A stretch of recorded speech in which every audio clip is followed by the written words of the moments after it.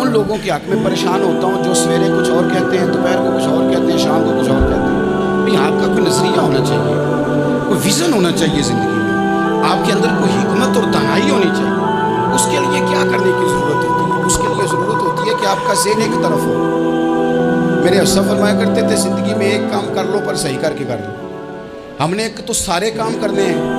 آج کل ہر بندہ صحافی ہے، ہر بندہ تجزیہ نگار ہے، ہر بندہ سیاستدان ہے، ہر بندہ ہی مفتی ہے، ہر بندہ ہی جناب واعظ ہے، ہر بندے کے پاس ہی کچھ مسئلے ہیں۔ اس کا نقصان یہ ہے کہ کسی کے پاس بھی کچھ نہیں۔ وہ کسی درویش نے کہا تھا کہ جب سب لیڈر ہوں تو سمجھو کوئی لیڈر نہیں، کیونکہ سارے جو لیڈر ہو گئے۔ میرے عزیز ایک طرف ذہن کو رکھیں اور اپنے اس کام میں کمال پیدا کریں۔ حضرت مولا علی شیر خدا کو اللہ نے حکمت دی تھی۔ نبی پاک صلی اللہ تعالیٰ علیہ وسلم کے صحابی حضرت عبداللہ ابن مسعود رضی اللہ تعالیٰ عنہ فرماتے ہیں، امام ابو نعیم نے لکھا ہے کہ حضرت عبداللہ ابن مسعود فرماتے ہیں نبی پاک صلی اللہ علیہ وسلم نے فرمایا اگر حکمت کے 10 حصے کیے جائیں نا، دانائی کے 10 حصے کیے جائیں تو اس میں سے 9 حصے اللہ تعالیٰ نے حضرت علی کو عطا فرمایا اور ایک قصہ باقی لوگوں کو ملا۔ دانا تھے، معاملہ فین۔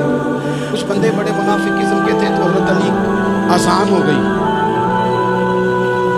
تو وہ حضرت مولا علی شیر خدا کے پاس آگے اذان ہو گئی، حضرت علی نے جماعت کرانی۔ ان کا خیال تھا کہ آج ہم نے جماعت لیٹ کرانی ہے کسی طریقے سے۔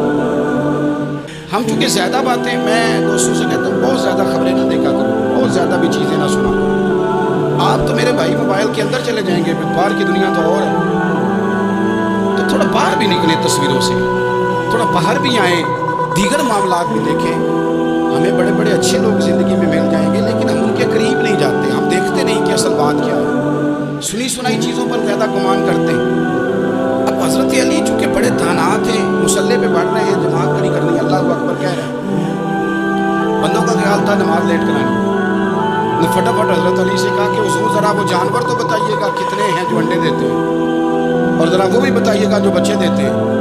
یہ ذرا اتنے کو بندہ جانور گنے، آہستہ آہستہ بندہ شمار کرے، وہ بکری جو ہے وہ بچہ دیتی ہے، مرغی انڈا دیتی ہے، اور گائے جو ہے وہ بچہ دیتی ہے، اور بطخ جو ہے وہ انڈا دیتی ہے، اور بندہ تو یہ گننے لگ جائے۔ تو حضرت علی شیر خدا یہاں ہاتھ ہیں، فرمانے لگے گھر جا کے گن لینا، موٹی سی بات بتاتا ہوں، جن جانوروں کے کان باہر ہوتے ہیں وہ بچے دیتے ہیں، جن کے اندر ہوتے ہیں وہ انڈے دیتے ہیں۔ اللہ اکبر، نماز کی نیت مان لی تم گننا گھر جا کے۔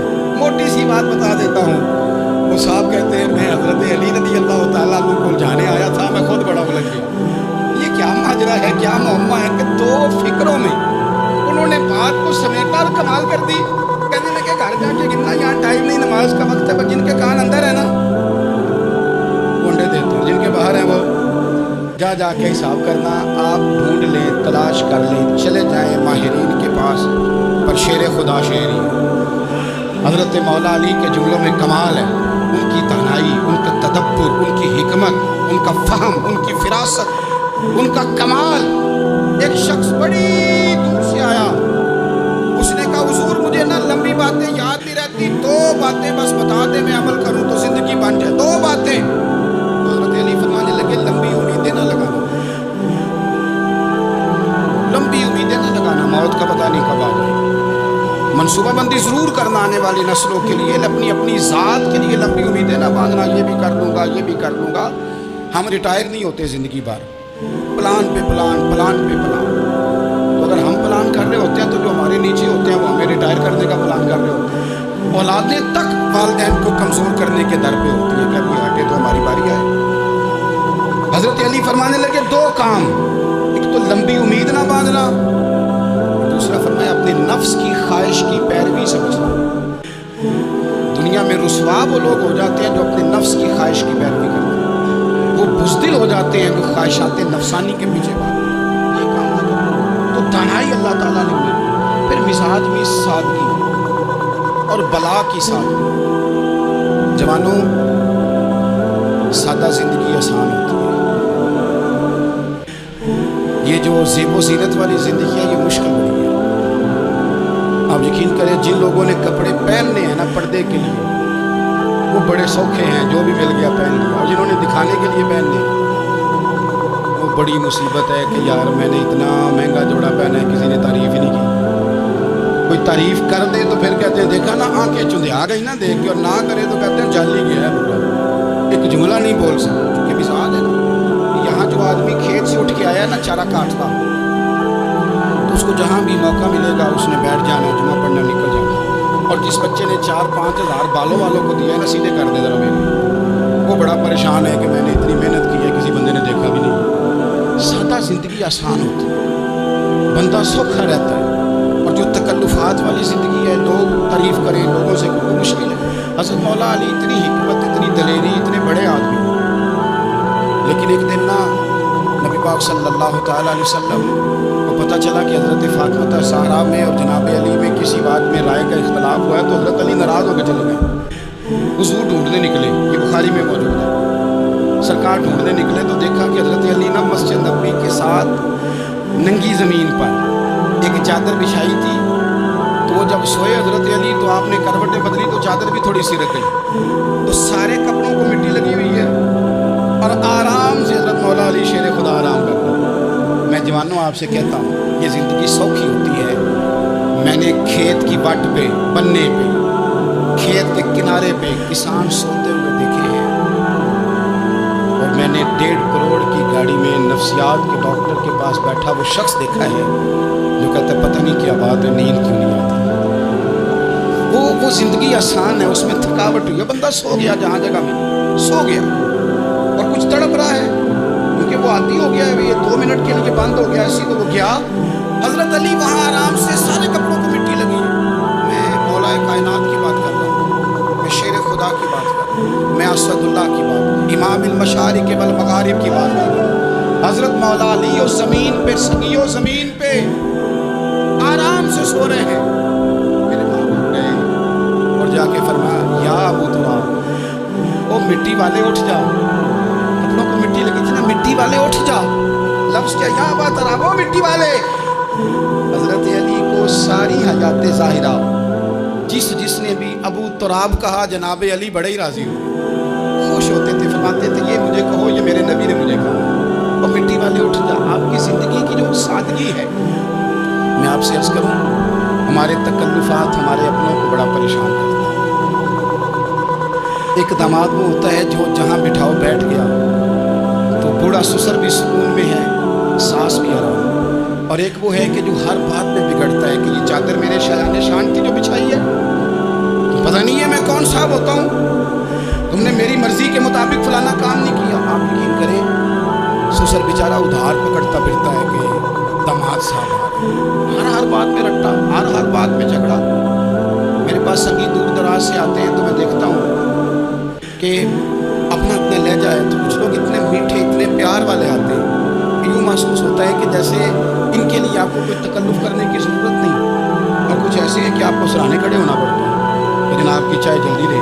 مزاج نازنی پہ بات چیزیں گراں گزرتی ہیں. تو بھائی جب آپ سادہ اور آسان ہو جاتے ہیں تو آپ دوسروں کے لیے بھی دشواری کم پیدا کرتے ہیں. حضرت علی شیر خدا کہتے ہیں بھوک لگ گئی تھی، بڑی بھوک بڑی لگ گئی اور حالات غربت کے تھے، آزمائش تھی.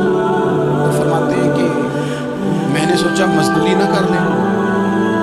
ہم کیا کرتے ہیں، جو زیادہ غریب ہے وہ مانگ لیتا ہے، جو درمیانے طبقہ ہے وہ ادھار لے لیتا ہے. حضرت مولا علی نے کیا فرمایا مزدوری نہ کر لیں، کیونکہ حالات کچھ اور تھے. حضرت مولا کائنات شیر خدا کرم اللہ تعالیٰ وجہ الکریم فرماتے ہیں یہ سادگی دیکھیں. آپ فرماتے ہیں میں مزدوری ڈھونڈنے نکلا. کیوں نہیں ملتی ہمارے جوانوں کو مزدوری، کیوں کہانیاں سناتے ہیں. حضرت علی کہتے ہیں میں ڈھونڈنے نکلا. ایک عورت کو میں نے دیکھا کہ اس نے کچھ مٹی نکال کے رکھی ہوئی ہے، تو اسے تر کرنا چاہتی ہے. پرانے زمانے میں مٹی میں پانی ڈال کے اسی سے لوگ کام لیتے تھے، اسی سے دیواریں بن جاتی تھی. ہم گارا کہتے ہیں اپنی زبان. وہ گارا بنانا چاہتی ہے لیکن پانی نہیں نکل رہا اس سے نا. اس نے کنویں سے پانی نکالنا، نکل نہیں رہا. تو حضرت مولا علی شیر خدا کرم اللہ تعالیٰ وجہ الکریم فرمانے لگے میں نے اس بی بی سے کہا کہ میں پانی نکال دوں، مزدوری دو گی؟ اس نے کہا میں بھی مزدوری تلاش کر رہی تھی. ایک پانی کا ڈول آپ نکالیں گے اور مٹی پہ ڈالیں گے تو ایک کھجور دوں گی. حضرت علی فرماتے ہیں گرمی بڑی سخت تھی، میں نے 16 ڈول پانی کے نکالے، 16 برتن بھر کے پانی نکالا اور اس مٹی پہ ڈالا. پھر میں ہاتھ دھو کے آیا اور اس خاتون کے پاس بیٹھا تو اس نے مجھے او مزدورو کمزور کمزور پڑتے ہو، پیچھے پیچھے ہو کے بیٹھتے ہو،